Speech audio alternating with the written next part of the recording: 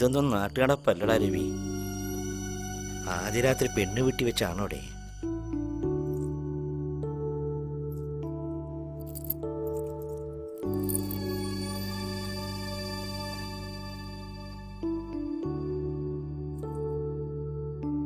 സംസാരിച്ച് തീർന്നില്ലേ? സമയം ഒരുപാടായി. നിന്റെ വിഷമം എനിക്ക് മനസ്സിലാവുന്നുണ്ടടാ. ഏയ്, എനിക്കൊരു വിഷമവുമില്ല ജോർജ്. എല്ലാം അമ്മയ്ക്ക് വേണ്ടിയല്ലേ ചെയ്യുന്നേ. അമ്മയുടെ സന്തോഷമാ എന്റെ സന്തോഷം. അവനെ വിടാൻ ഉദ്ദേശമില്ലേ ജോർജേ? സമയം കുറെ ആയി കേട്ടോ. ഞാൻ എത്തിക്കോളാം. എന്നാ ശരി. ജോർജ് പോകുന്നില്ലേ? അപ്പൊ കാണാം. ശരിടാ. ഓ, മറ്റാരേക്കാളും രവിയുടെ മനസ്സറിയാവുന്ന എനിക്ക് തല കുനിച്ചുള്ള അവന്റെ ആ പോക്ക് താങ്ങാവുന്നതിലും അപ്പുറമായിരുന്നു. എന്താവുമോ?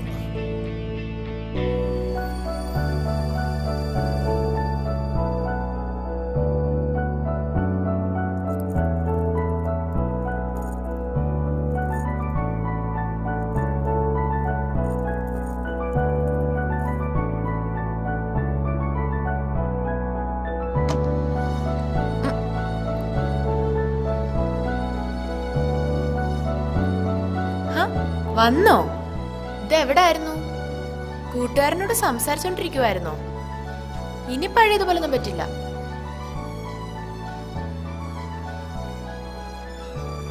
ഇവിടെ എല്ലാരും തിരക്കുന്നുണ്ടായിരുന്നു.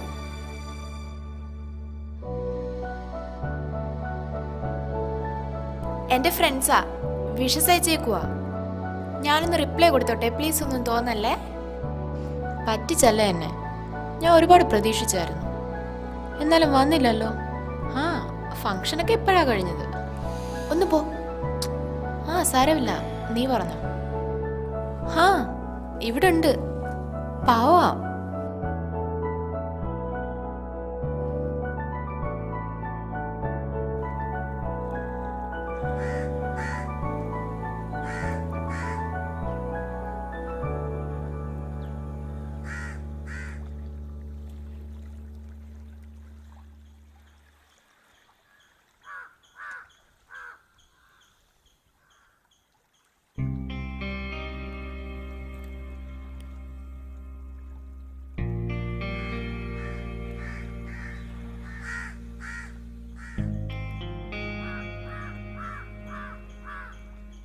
ഇന്നത്തെ ദിവസം എൻ്റെ ജീവിതത്തിലെ പുതിയൊരു അധ്യായം തുടങ്ങുകയാണ്.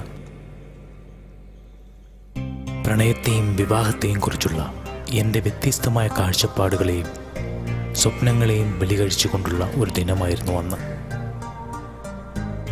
തനൂജയിൽ നിന്നുമുള്ള മുറിവ് എന്നെ സ്ത്രീകളിൽ നിന്നും പ്രണയത്തിൽ നിന്നും ഒരുപാട് അകറ്റി നിർത്തി.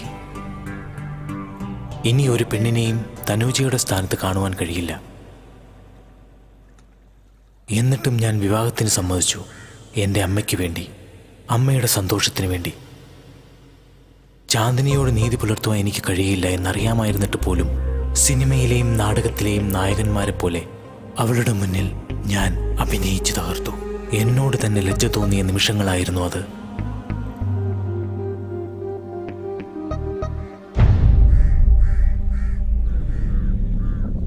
അപ്പൊ ഇതാണല്ലേ എന്നെ അകറ്റാനുള്ള കാരണം.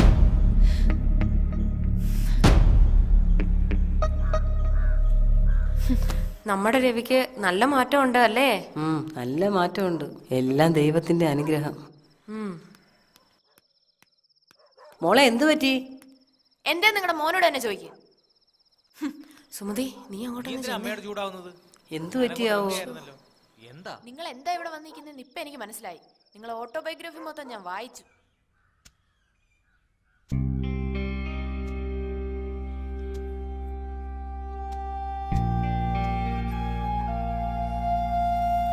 ഞങ്ങളുടെ നാടകം ഇഷ്ടപ്പെട്ടോ?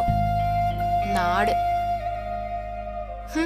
ഇതാണോ നാട് ഇഷ്ടപ്പെടാൻ?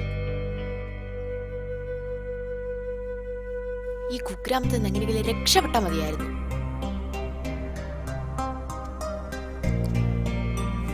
ഇവിടൊക്കെ എങ്ങനെയുണ്ട്? ഇഷ്ടപ്പെട്ടില്ലെന്ന് എനിക്കറിയാം. ചാന്ദിനിയുടെ പ്രശ്നങ്ങളും എനിക്കറിയാം. ഞാൻ നിസ്സഹായനാണ്. എനിക്കൊന്നേ പറയാനുള്ളൂ, അമ്മ ഇതൊന്നും അറിയരുത്. ഇതെന്റെ ഒരു അപേക്ഷയാണ്.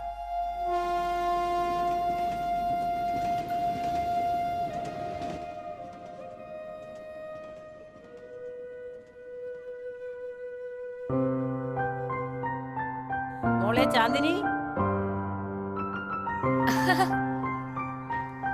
ആണോ? മോളെ ചാന്ദിനി, ചാന്ദിനി, മോളെ, ആ മോളെ വന്ന് ചായ കുടിക്കേ. കേക്കുന്നുണ്ട്, പറഞ്ഞോ. നീ എവിടാ എനിക്കിപ്പോ മോളെ? ഒന്നും പറയാൻ പറ്റില്ല. ഇവിടെ ഉണ്ടായിരുന്നല്ലോ, എവിടെ? അതങ്ങനാ. ഓ, ഇതിപ്പോ തണുത്തു പോവല്ലോ. ഓ, ശല്യം. ആ, ഇല്ല ഇല്ല. ആ, പറഞ്ഞോ.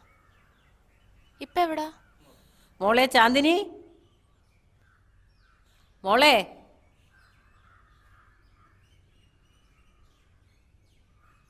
മോളെ ചാന്ദിനി. ആ, എന്താ വേണ്ടേ? ആ, ഇനി പറഞ്ഞോ. ആണോ? തരട്ടെ? ആ, ഉമ്മ. ഇനിയും വേണോ? ഉമ്മ. എനിക്കില്ലേ? സൂപ്പ്. അതെ, കൊള്ളാട്ടോ. ഛേ,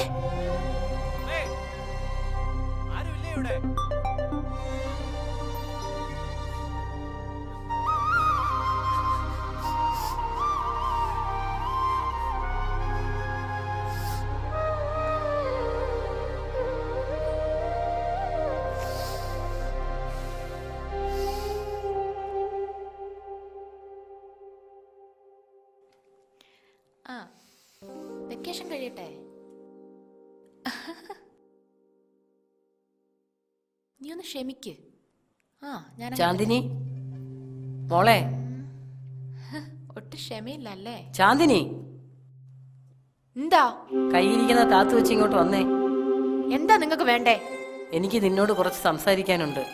മോളെ, ഇങ്ങോട്ട് നോക്കിയേ, ഞാൻ പറയുന്നൊന്ന് കേട്ടെ. സ്വസ്ഥമായിട്ടിരിക്കാൻ സമ്മതിക്കുന്നില്ല അല്ലേ? ശല്യം. എവിടെ പോന്ന്? അവിടെ നില്ലേ. ദേ തള്ളേ, എന്റെ മെക്കിട്ട് കയറരുത്. മോളെ, പരിഷ്കാരങ്ങളൊക്കെ നല്ലതാണ്, പക്ഷെ അതിര് കടക്കരുത്. എന്തതിനാണ് ഞാൻ കടന്നത്? പരപുരുഷന് ചുംബനം കൊടുക്കുന്നതാണോ നിന്റെ പരിഷ്കാരം? ഈശ്വര, രവി ഇതെല്ലാം അറിഞ്ഞാൽ. ഹോ, അയ്യാക്കിതെല്ലാം അറിയാം. രവിക്കറിയാമെന്നോ? നിന്റെ തോന്നിവാസമൊന്നും ഈ കുടുംബത്തിൽ നടക്കില്ല. ഇവിടെ നിർത്തിക്കോ.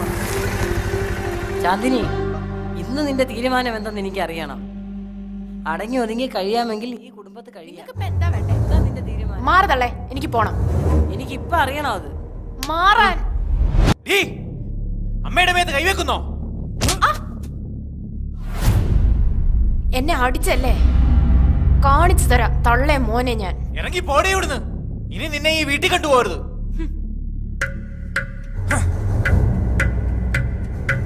മോനെ രവി, നിക്ക്. മോനെ, നീ ഇതെവിടെ പോകുക? ഞാൻ ഇവിടെ നിന്ന് ഇറങ്ങുവാ. അച്ഛാ, എത്രയും പെട്ടെന്ന് വണ്ടി വിടണം. പറ്റില്ല. ഇനി ഒരു നിമിഷം പോലും ഞാൻ ഇവിടെ നിൽക്കില്ല. തടയണ്ടമ്മ. ആ, ഞാൻ വഴി നിൽക്കാം. ആ, മോനെ, അവളെ വിളിയടാ. വിളിക്ക് മോനെ, അവള് പോകുന്നടാ.